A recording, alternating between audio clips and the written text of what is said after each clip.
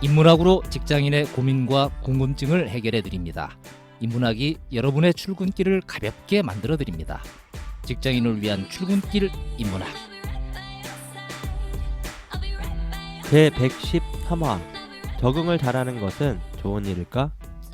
안녕하세요. 어쩌다 철학자 이호건입니다. 안녕하세요. 어설픈 자유인 장춘수입니다. 네, 반갑습니다. 인천작두 강동구입니다. 네, 안녕하세요. 네. 오랜만에 뵙는 것 같습니다. 예, 그러네요, 그렇죠. 해가 바뀌고. 뭐 네, 이러니까요. 그렇죠. 네. 뭐 새해가 시작된 지 벌써 10일 지났는데요. 어떻게 계획한 대로 잘 되고 계십니까?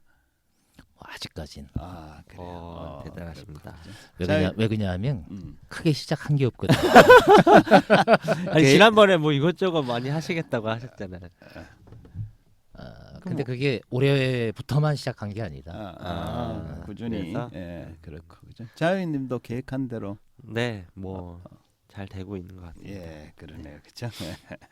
그래서 어쨌든 계획한 대로 좀 잘 하시길 바라겠고, 또 뭐 새해가 되면 이렇게 자기 처지나 뭐 역할이 좀 바뀌는 사람들도 있고, 그죠. 그래서 그렇죠. 아마 그 새로운 역할을 맡은 사람들은 적응에 문제가 생기는 것 같아요. 그래서 오늘 주제가 적응을 잘하는 것은 좋은 일일까라고 잡아봤습니다. 네. 두 분은 스스로를 평가할 때 그 특정한 집단이나 조직에 소속되면 적응을 잘하는 편이라고 생각하십니까? 어떠세요? 저는 제 스스로 평가했을 때 아닌 것 같아요. 그죠? 되게 낯설어하고 어, 적응할 때까지 시간이 걸려. 심적 고통도 좀 겪기도 좀 하고. 그죠? 그럼 예를 들면 지금까지 이제 어쨌든 한 곳에 쭉 있은 게 아니라 여러 소속이 좀 바뀌었을 텐데, 예. 뭐 적응할 때 특별히 뭐 힘들었던 경험이나 이런 거 있으세요?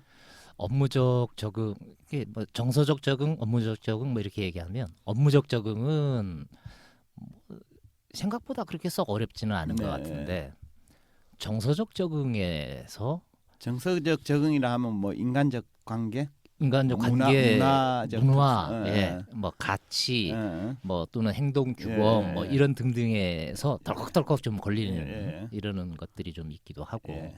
그래서 그것만 좀 되면 음. 일이라고 하는 거 하다 보면 또 음. 되는 일이고. 그래서 그러다가 예를 들면 그런 정서적 적응이 안 될 때는 아예 이렇게 적응하기를 포기한 적은 혹시 없습니까? 뭐 조직을 떠나버린다든지 아니면 뭐 포기할 만큼 음. 제가 용기가 있지도 않고 그래요? 처지가 좋지도 않고 그래서 대부분은 적응을 시도를 하는데 예. 오래 못 가는 경우가 있기는 한 것 같죠. 그렇죠. 남자들 중에는 왜 군대 생활에 적응 못하는 사람도 있고 직장에 들어가서 이상한 상사 만나가지고 적응 못하는 경우도 있고 그렇잖아요. 그렇죠. 그렇죠? 예. 자유님은 어떠세요? 이렇게 새로운 집단이나 새로운 데 소속되거나 이러면 적응을 잘 하는 편입니까? 아니면 저도 뭐 작두님이랑 좀 비슷한 것 같아요. 저 스스로는 되게 막 스트레스 받고 힘들고 이런데 주변에서는 생각보다 적응을 잘하는데 뭐 이런 식으로 평가하니까 뭐 그런 게 우리가 그런 사람들을 주로 전문용어로 맷집이 좋다 이렇게 네. 얘기하죠, 그죠? 그래서 그냥 그런가 보다 잘하는가 보다 뭐 이렇게 생각하기도 하는데 뭐 어쨌든 뭐 평균적인 정도 다들 그죠? 비슷하지 예. 않을까 싶어요. 뭐. 지금까지 네. 뭐 이제 쭉 변화가 오잖아요, 그죠? 학교를 네. 마치고 군대도 가고 졸업을 해서 직장도 들어가고 등등등 과정을 막 거치고 결혼도 하고 뭐 하면서 제일 적응하기 힘들었던 때가 어디예요? 결혼했을 때요. 상상했던 결혼 생활이랑 좀 다르더라고요. 그죠? 여기 공감하는 사람이 되게 많을 것 같아요. 몇 번째 얘기하는 거예요? 저 한 번밖에 안 해가지고 한 두세 번 했으면 좀 적응했을 텐데. 그죠? 예. 사실 사람들이 정도의 차이는 있지만 이 적응의 문제 때문에 인생사가 그저 파란만장하게 펼쳐지는 경우가 굉장히 많습니다. 그렇죠. 예. 그래서 오늘은 이제 이렇게 집단이나 특정한 새로운 집단이나 조직에 소속됐을 때 적응을 잘하는 게 좋을지 뭐 이런 적응이란 주제로 인문학적 얘기를 좀 해볼까 합니다. 그래서 오늘 주제는 적응입니다. 흔히 우리가 어딘가에 소속되거나 새로운 사회적 관계를 시작하려는 사람을 보면 그곳에 적응 잘해라라고 조언을 해주기도 하죠. 가령 아들이 군대를 가면 부모는 이런 얘기 하잖아요, 그죠? 아들아, 군대가 힘이 들겠지만 그곳에 잘 적응해라라고 얘기를 합니다. 또 이제 직장 다니는 사람이 사표를 자주 쓰고 막 이러면 그 사람이 새로운 직장에 들어가면 어른들은 하나같이 이렇게 얘기하죠. 이번에는 웬만하면 그곳에 좀 잘 적응해라라고 인생 선배로서의 가르침을 전해줍니다. 이런 상황 접해보신 적 있으시죠? 네, 뭐 매번 그죠? 뭔가 변화의 사항이 생길 때 어. 이렇게 이런 얘기들을 다 듣게 되는 거죠. 자유인들 네. 최근에 그런 얘기 들어보셨어요? 네. 근데 별로 이렇게 어. 잘 느껴지진 않아요. 근데 직장이라고 하는 데가 잘 네. 적응하는 걸까요? 아니면 잘 참는 걸까요? 그러니까. 뭐 참는 것도 적응의 일종이긴 하죠. 어. 견뎌내는 거지. 예. 근데 이제 생각해 보면 적응하라라고 얘기하는 어른들의 말에는 분명 근거가 있습니다. 가뜩이나 취직하기 어렵잖아요, 그죠? 그래서 마음에 들지 않는다고 무작정 관두기라도 하면 큰일 날 수도 있기 때문이죠. 직장만이 아닙니다. 아까 우리 자유인님 얘기하셨듯이 결혼할 때도 마찬가지입니다. 결혼도 굉장히 중요한 사회적 관계의 시작이거든요. 해서 여기서도 새로운 환경에 적응하는 능력이야말로 행복한 결혼 생활을 좌우하는 매우 중요한 기준이 됩니다. 해서 결혼을 앞둔 신랑 신부한테는 부모들이 주로 이렇게 얘기하죠. 웬만하면 참고 상대방한테 좀 맞추어 가면서 살라라고 조언을 합니다. 만약 이혼이라도 하게 되면 이유 불문하고 어쨌든 적응하지 못한 사람으로 낙인 찍히는 경우가 많습니다. 그럼 제가 여기서 질문 하나 드릴게요. 우리가 새로운 관계를 시작하거나 특정 집단에 소속될 경우에 그곳에 적응하는 문제를 최우선 과제로 삼는 태도는 언제나 올바른 것일까라는 질문입니다. 어떻게 보십니까? 이게 시험 문제 같은데요. 네. 언제나라고 이렇게 얘기를 하면 얘기하면 이게 이제 또 아닌 것 같고 아닌 것 같고 또 최우선 과제라는 것도 있어요. 그렇죠? 우리가 이 문제를 내면 그 뉘앙스로 이렇게 그죠? 답을 하려는 사람 이런 사람들이 주로 적응하는 사람들이에요. 네. 지 생각을 얘기를 해야 돼. 적응형 인간. 적응형 그러네. 인간이죠, 그죠? 아, 예. 그러네.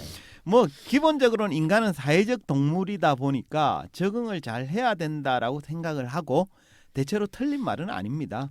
하지만 뭐 예측하셨듯이 반드시 그렇다고 말할 수도 없습니다. 왜냐하면 우리가 어딘가에 적응하기로 선택함으로써 소속감이나 안정감 같은 건 얻을 수 있습니다. 하지만 대신 어쩌면 더 중요할지도 모를 대가를 치러야 되기 때문입니다. 혹시 그 대가가 뭔지 아세요? 적응을 선택함으로써 지불해야 될 대가. 이런 내 건 걸 이제 포기해야지. 내 걸. 그죠? 내 걸 맞습니다. 포기해야지. 네. 우리가 어딘가에 적응하기로 선택함으로써 치러야 할 대가는 바로 자아의 상실입니다. 자아가 바로 내 거죠, 내 거. 이 주장은 독일 철학자 에릭 프롬의 입장인데요. 그는 인간이 외부의 어떤 것에 적응하기로 선택함으로써 개인적 자유를 던져버리고 자아 상실을 경험하는 경향이 많다고 봤습니다. 프롬은 이러한 자아 상실의 현상을 자유로부터의 도피라고 표현했죠. 이게 책 이름입니다. 그죠?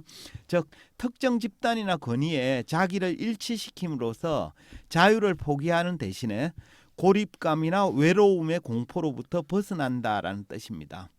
이런 의미로 보자면 우리가 어딘가에 소속되었다는 안정감은 그냥 주어지는 게 아니죠. 자유를 포기함으로써 얻게 된 대가인지도 모릅니다. 그러니까 자유와 적응 중에서 사람들은 기꺼이 자유를 내던져 버리고 적응을 선택한다라는 주장입니다. 이러한 에릭 프롬의 주장에 동의가 되세요? 어떠십니까? 사실 저는 이 책을 읽다가 네. 한 반 정도 읽다가 포기했는데 왜? 너무 안 읽히는 거예요. 그래요? 읽고 나서 뭔가 읽을 때는 뭔가 이렇게 그렇지 하는데 네. 책을 덮는 순간 아무 생각이 안 나. 아, 뭐 그죠? 이런 정도. 자기의 삶과 너무 네. 구조화가 일어나서 그런 거 아니야? 와, 그래가지고 되게 어려운 책이구나 이렇게 하는데 예전에 TV에서 누가 나와서 네. 그런 똑같은 얘기를 하더라고요. 저처럼. 그래요? 자기도 읽다가 이거 포기한 책 중에 대표적인 책으로. 사실 뭐 이렇게 그렇게 어려운 책은 얘기하더라고요. 아닌데 어쨌든 예. 어쨌든 이게 참 그런 것 같아요. 그러니까 자유를 네가 얻어야 되는데 네가 스스로 도피한 거 아니야? 네가 선택한 거 아니야? 포기한 뭐 거 이런 아니야? 거라서 사실 대부분 동의하지 않을 것 같아요. 아, 왜냐하면 나는 어쩔 수 없이 이런 선택을 하는 건데 내가 도피한 게 아니거든. 아니죠. 그쵸? 뭐 이런 예. 것 같아요. 근데 아주 비즈니스 마인드로만 생각을 한다면 네. 내가 이걸 상대가 가지고 있는 뭔가를 내가 갖고 싶어. 그러면 기본적으로 비즈니스 마인드가 있는 사람이면 그럼 내 걸 뭘 줘야 되지? 그러면 상대한테서 내가 이걸 얻을까? 이게 비즈니스 마인드일 수 있는데 저거 내가 갖고 싶어. 어떻게 뺐지?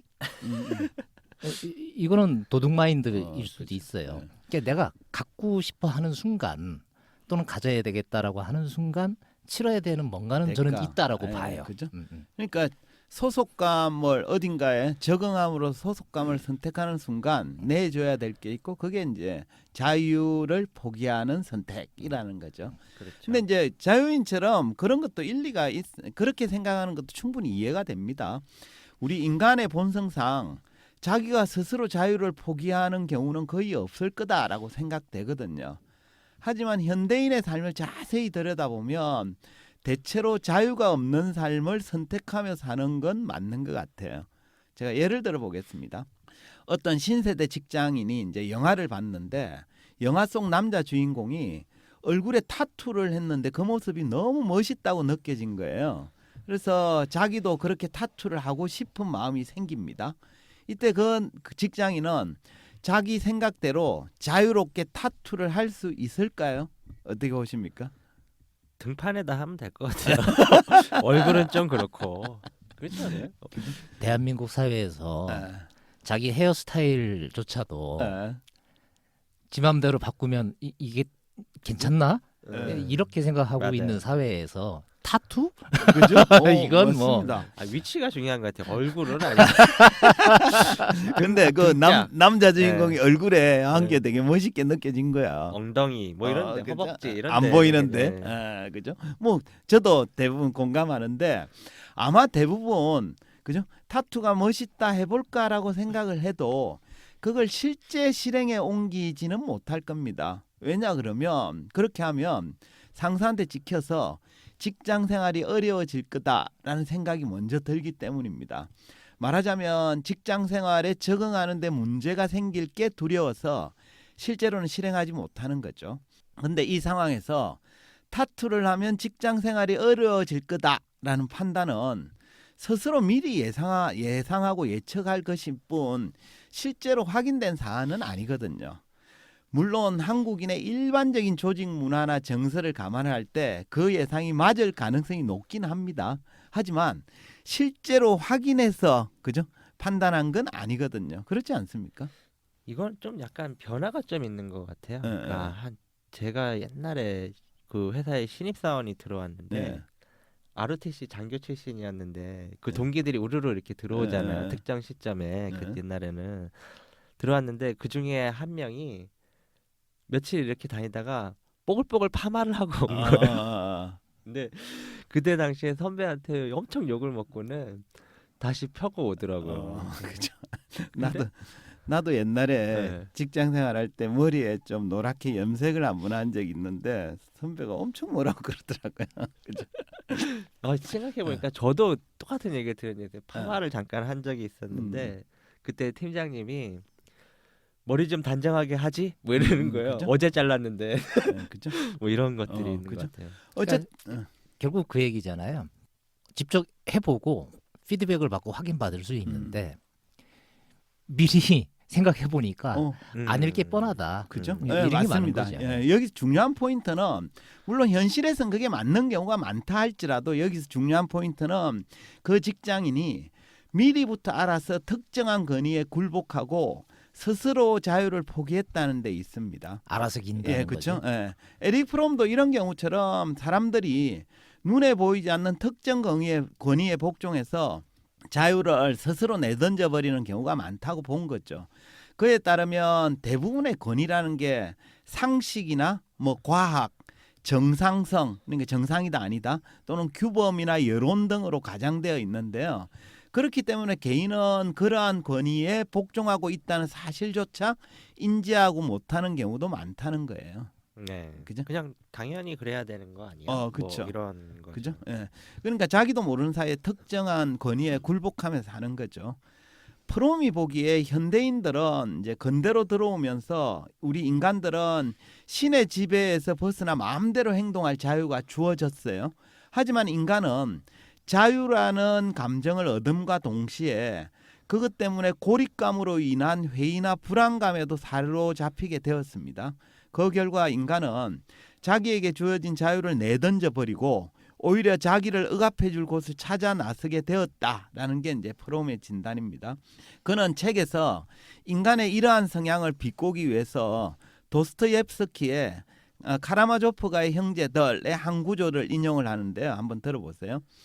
인간이라는 불쌍한 동물은 타고난 자유라는 선물을 가능한 한 빨리 양도해 줄 수 있는 상대방을 찾아내고자 하는 강한 염원밖에 가지고 있지 않다. 그러니까 스스로 자유를 내던져버리고 적응할 곳을 찾아 나선다는 뜻입니다. 그럼 이제 우리는 어떻게 해야 될까요? 그냥 적응하며 사는 게 좋을까? 아니면 잃어버린 자유, 우리가 내던져버린 자유를 되찾으려고 노력해야 될까요? 어떻게 보세요? 이런 얘기는 되게 많이 하는 것 같아요. 그러니까 다들 네. 좀 자유롭게 사는 선택을 하고 싶다. 근데 난 왜 이렇게 살고 있는지 모르겠다. 뭐 이런 얘기 되게 많이 하더라고요. 그러니까 제가 아는 그 후배 같은 경우에도 새벽까지 제안서를 막 쓰느라고 막 죽을둥살둥 하다가 한 이틀 정도 시간이 딱 생긴 거죠. 그때 못 견디고 또 제안서를 쓰려고 그걸 막 그죠? 뒤적이고 있더라고요. 네. 그러니까 이건 진짜 쉽지 않은 것 같아요. 마음은 누구나 다 그런데 현실적으로는 불안감 때문에 네. 뭘 못하는 것 그렇죠. 같아요. 그게 이제 프롬의 진단이 있죠. 그 전에 유시민 지금 작가. 유시민 작가가 국회의원이 돼가지고 국회에서 선서하러 갔을 때 복장 때문에 얼마나 많은 그런 질타를 받고 흰 결국 바지. 못했잖아요. 그래서 다시 옷 갈아입고 예. 한 건데 누군가는 이거에 의도된 저항을 하기 위해서 했다라고는 반드시 보여지진 않지만 기존의 어떤 권위, 기존의 관행 있어 왔었던 것에 대해서 누군가가 새롭게 시도를 했을 때 그걸 무참히 깨버리는 것들이 너무 많거든. 그렇죠. 네. 예, 예. 그리고 그 그것을 암묵적 깨지고 권위가 생기죠. 그것에 깨지고 나면 사람들은 거기에 이제 맞춰가려고 하지요. 그죠? 예. 물론 뭐 그렇게 자유를 선택할까 적응을 선택할까에 대한 선택 행위 자체는 개인의 자유죠. 그죠? 그냥 어딘가에 소속되어서 자유가 아니라 그냥 어딘가에 소속되어서 그곳에 적응하면 남들처럼 살 수도 있습니다. 근데 프롬은 이러한 삶을 공서적 삶이라고 표현을 했습니다. 공서적이라는 건 함께 서식한다라는 뜻이죠. 그러니까 어울리지 않는 사람끼리 함께 있는 걸 말합니다. 그러니까 공서적 삶이란 개인이 자아를 잃어버린 채 외부에 의존함으로써 어떤 특정한 집단과 일체화되는 걸 의미합니다.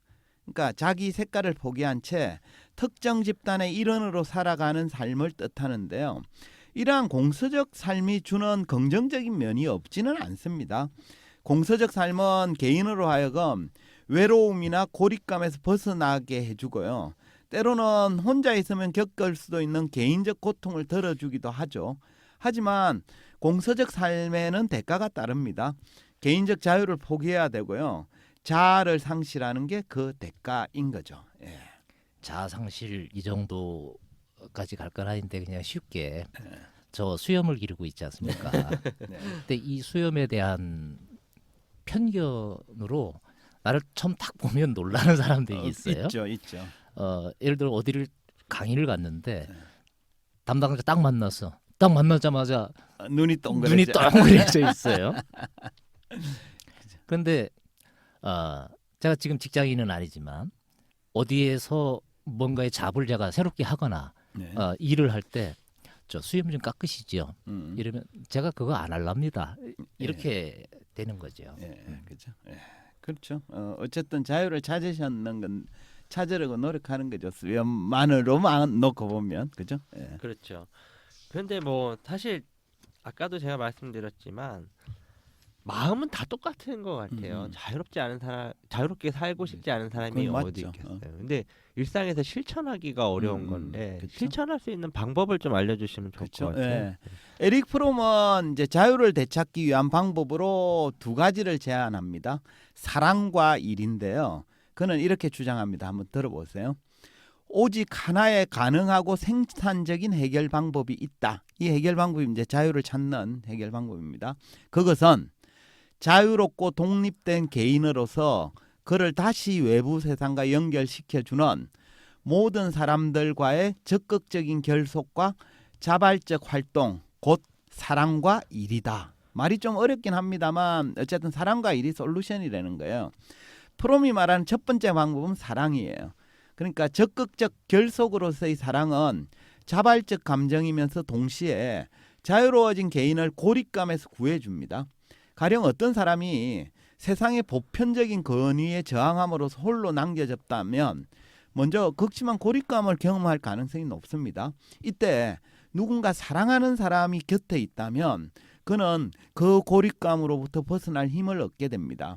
그 사랑하는 사람은 나의 선택을 지지해주고 세상과 떨어져서 홀로 남겨진 나를 따뜻하게 안아주기 때문입니다. 이처럼 사랑은 자유를 찾아 나선 개인을 고독의 공포에서 구출해주는 역할을 하게 됩니다. 네.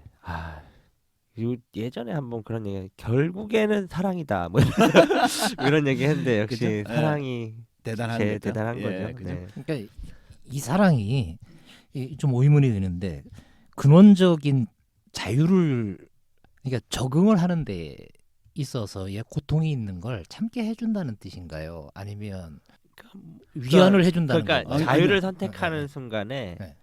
외로워질 수밖에 없는 거잖아요. 왜냐하면 보편성에서 떨어지는 거니까 그 외로움에서 견뎌내는 방법은 누군가 나를 이해해주는 사람이 사랑하는 있는 사람. 거죠. 뭐 이런 게 있으면 도움이 된다라는 게 아닐까? 그쵸, 뭐 이런 맞습니다. 것 같아요. 네. 남들은 그러니까 다 결국은 이 얘기인가요? 적응을 못했어. 적응하기가 싫어. 안 한 거죠. 적응을 안 한 거야. 네. 그래서 내가 어찌 보면 그 조직과 내가 고립이 됐어. 네. 근데 그것에 누군가의 사랑이 네. 사모님이 그 잘했어. 사랑이 멋있어. 역시 내 남편이야. 이러면 그러니까 된다 아닌가? 그 사랑하는 사람이 나를 지지해 줄 수 네. 있고 위안해 줄 수 있다 이런 그런 게 뜻인 건 아닐까 거죠. 싶어요. 그렇죠. 네. 아니 저 같은 경우 제가 직장에서 그죠 셀러리맨 생활을 하다가 매달 일정한 월급이 나오는 삶을 사는데 이렇게 사는 건 내가 원하는 길이 아니야. 나는 작가가 되겠어 이러고 자유를 선택하는 순간 그죠? 때려친다는 거죠. 그렇죠. 때려쳐서 하는 순간 매일 어울리던 동료와 못 만나고 혼자서 골방에 앉아서 책 보고 글 쓰고 이러잖아요. 수입도 없이. 그러면 대부분의 사람들은 그 되게 왜 저렇게 살지? 뭐 이러면서 이런 손가락질을 하거나 좀 안타깝게 바라볼 수도 있지만 그때 누군가가 그게 다행히 배우자면 훨씬 좋겠죠. 배우자가 그래 당신의 길이 맞다. 나는 당신 지지한다. 이러고 믿어주면 그 고립감으로부터 홀로 있는 게 아니라 최소한 나 말고 나를 지지해주는 사람이 있고 내 길을 가는 게 옳구나라고 이제 생각해주는 사람이 있으면 그 자유를 선택한 거에 대한 그 불안감이나 이런 것들이 좀 없어지는 거죠. 오케이, 그래서, 이해했습니다. 이런 게 사랑입니다. 사랑과 함께 또 하나의 해결책은 자발적 활동으로서의 일입니다. 그러니까 누군가 시켜서 하는 일이 아니라 스스로 선택한 자발적인 일은 개인의 독자성을 희생하지 않고 고립감의 공포를 극복할 수 있게 해줍니다. 그러니까 조직에 속해서 적응을 선택한 사람은 대체로 자발적인 일보다는 주어진 일을 해야 되죠. 그래서 이것 때문에 적응의 문제가 발생하는 거예요. 일을 시킨 사람의 요구대로 했는지에 따라서 적응 여부가 판가름 나기 때문입니다. 이와 달리 자발적인 활동에서는 적응의 문제가 발생하지 않습니다. 처음부터. 자기가 선택한 일을 스스로 알아서 하기 때문입니다. 따라서 자발적인 일에서는 흥미나 열의가 자연스럽게 좀 촉발되고 자아 실현을 이룰 가능성이 높게 되는 거죠. 그렇게 되면 새롭게 외부 세계와 연결이 되기도 합니다. 물론 흔한 경우는 아니지만 홀로 자발적인 일을 수행하면서 일정한 성취를 이룬 사람은 세상과 다시 새로운 관계를 형성하기도 하죠. 저는 아직 그 수준에는 이르지 못했지만 제가 이제 그죠? 자발적인 작가로서의 길을 가다가 제가 되게 일정한 성취를 이루면 그 성취 때문에 또 새로운 사회적 관계가 생길 수도 있는 거죠. 정리하면 이런 건가요? 무조건적인 적응보다 네. 용기 있는 자유를 선택하고 실행하는 것도 중요할 수 있는데 네. 거기에는 사랑, 그다음 자발적인 자발적인 일, 이런 이게 함께 해 준다면 적응보다 자유를 이걸 선택할 선택할 수 수 있다. 네, 맞습니다. 오케이. 잘 정리해 주신 거예요. 음. 프롬의 주장으로는 그렇다는 겁니다. 그리고 저는 또 동의하는 바고요. 결국 우리가 적응이 아닌 자유를 선택하기 위해서는 말씀하신 전제 조건이 필요한 거예요. 사랑과 자발적인 일인데요. 각자 그래서 나는 적응과 자유 중에 어느 쪽을 선택하고 살고 있는지 이런 걸 좀 생각해 볼 필요가 있겠고 또 자유를 선택하기 위한 전제 조건 사랑과 자발적인 일을 어느 정도 갖추며 살고 있는지 이런 것들을 좀 점검해 볼 필요가 있겠습니다. 예. 이게 쉬운 얘기를 얘기하면 이럴 것 같아요. 어떤 조직을 선택하는 문제에 있어서 들어가 보니까 나하고는 잘 안 맞아. 그러면 할 수 있는 방법이 세 가지 중에 하나일 것 같아. 내 입맛에 맞게 변화시키거나 적응하거나 네. 이도저도 아니면 탈출하거나. 나오는 거야. 그죠. 나오는 거야. 이 세 가지 중에서 선택인데 무조건적 적응보다는 자유라고 하는 거에 대한 용기를 좀 가졌으면 좋겠다라는 생각으로 저한테 많이 들리네요. 예, 뭐 그렇게 보셔도 좋습니다. 예. 네. 저도 이제 사람들이랑 만나보면 다들 뭐 말로는 자유롭게 좀 살고 싶다 이런데 뭐 용기가 없다 뭐 이런 얘기를 그죠? 많이 하게 되는데 사실 이제 조직 생활하는 사람들 입장에서 생각을 해보면 뭐 조직에서 뭐 평생 있을 수 있는 사람은 결국 없잖아요. 그래서 언젠가는 이제 좀 자유를 찾아서 다들 떠나야 되는데 좀 이렇게 직장 생활 할 때 이제 적응도 하고 나름대로 그 삶 속에서 아주 뭐 여러 가지 이제 자유로운 선택들 이런 것들을 하면서 언젠가 크게 다가올 그 자유를 위한 준비를 좀 하면 어떨까 뭐 이런 네, 생각이 좀 그렇죠. 듭니다. 네. 니체가 그랬잖아요. 자유는 어느 날 기적처럼 하늘에서 떨어지지 않는다라고 얘기했듯이 뭐 어쩔 수 없이 적응을 선택한 사람도 미래에 자유로워지기 위해서는 그런 준비를 차근차근 해 나가서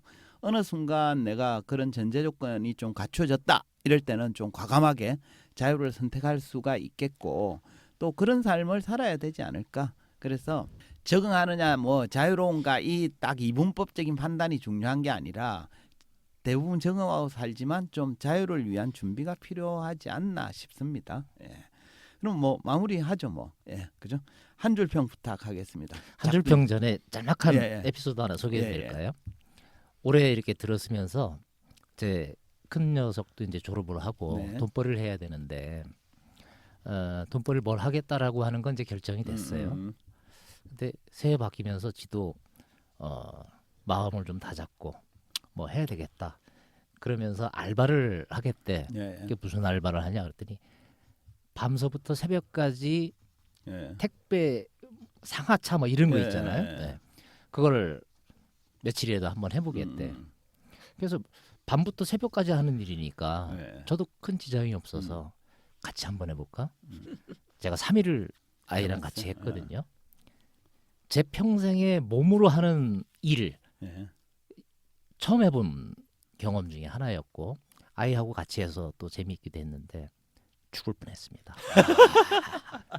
딱 3일 했는데 약값이 더 많이 나온 거 아니에요? 전 놀랬어요. 택배에서 조그마한 우리 집에 오는 이 택배인 줄 알았는데 어마어마한 화물이야 이건. 택배가 아니야. 그리고 그게 단 1분도 쉴 틈이 없이 끊임없이 몰려와. 업무의 자유도가 아무것도 없어. 그죠. 그러니까 머릿속이 텅 비어. 그렇죠. 몸만 움직여야 네. 되고 3일 약 먹어야 되는 그죠? 쉬어야 되는 이런 상황의 거를 제가 딱 3일 경험하고 어마어마한 생각들의 감정과 깨달음 막 이런 게 오고 왔는데 오늘 이 얘기를 쭉 말씀드리면서 제일 크게 느껴졌던 게 그거 연관돼서 그런지 몰라도 사랑, 일 이렇게 얘기했는데 그 일의 어떤 자발성이라고 하는 거 자유도라고 하는 거에 대한 게 오늘 굉장히 중요하죠. 가슴에 제가 너무 와닿았는데 네. 한 줄 평으로 이렇게 얘기하고 싶네요. 직장이라고 하는 게 어쨌든 시키는 일을 하지 지가 하고 싶은 일을 하는 곳이 아니거든요. 그래서 직장에서 상사의 입장에 있는 사람이 누군가한테 일을 부여하거나 일을 시킬 때는 두 가지 해줬으면 좋겠다. 첫 번째, 함께 공감하는 목표를 생각한다면 그 다음부터는 그걸 어떻게 이루어 나가는지에 대한 건 자발성과 자유에 맡겨라. 오케이. 이게 그죠? 하고 그래서 싶어요. 리더들이 스스로 부하 직원들이 자발적으로 일을 한다는 느낌이 들게 목표와 또 방법에 있어서의 자율성 이런 것들을 허용해라 이런 말씀이네요, 그렇죠? 아주 좋은 얘기입니다. 좋습니다. 그 자유인님, 저는 이제 자유인이잖아요. 예. 그래서 사실 굉장히 끊임없이 자유에 대한 고민을 네. 해오고 있고 앞으로도 할 것 같은데 예. 항상 이제 그런 생각을 해요. 자유에 있어서 획득할 때 가장 필요한 게 뭘까 했을 때 저는 용기라고 생각을 했거든요. 예. 그러니까 근데 그 용기를 주는 근데 가장 중요한 게 오늘 얘기 나왔던 사랑인 것 예. 같아요. 그래서 자유를 얻고자 하는 자는 사랑을 먼저 찾아라. 오케이, 좋습니다. 그렇죠. 대단한 사랑의 힘이 대단하죠. 좋습니다. 오늘은 적응을 잘하는 것은 좋은 일일까라는 주제로 이야기했습니다. 인간은 사회적 동물이기 때문에 혼자서는 살 수 없습니다. 따라서 어딘가에 소속되어서 살아야 하는데 그러기 위해서는 그곳에 일단 적응을 잘해야 하죠. 하지만 집단에 적응하는 것을 최우선 태도로 삼는 것은 바람직하지 않습니다. 어딘가에 적응하기로 선택함으로써 자아의 상실이라는 대가를 지불해야 하기 때문입니다. 독일 철학자 에릭 프롬은 개인적 자유를 던져버리고 자아 상실을 경험하는 현상을 자유로부터의 도피, 공서적 삶이라고 표현했습니다. 공서적 삶은 외로움이나 고립감에서 벗어나게 해주기도 하죠. 하지만 개인적 자유와 자아를 내던져야 합니다. 그렇다면 우리가 적응이 아니라 자유를 선택하려면 어떻게 해야 할까요?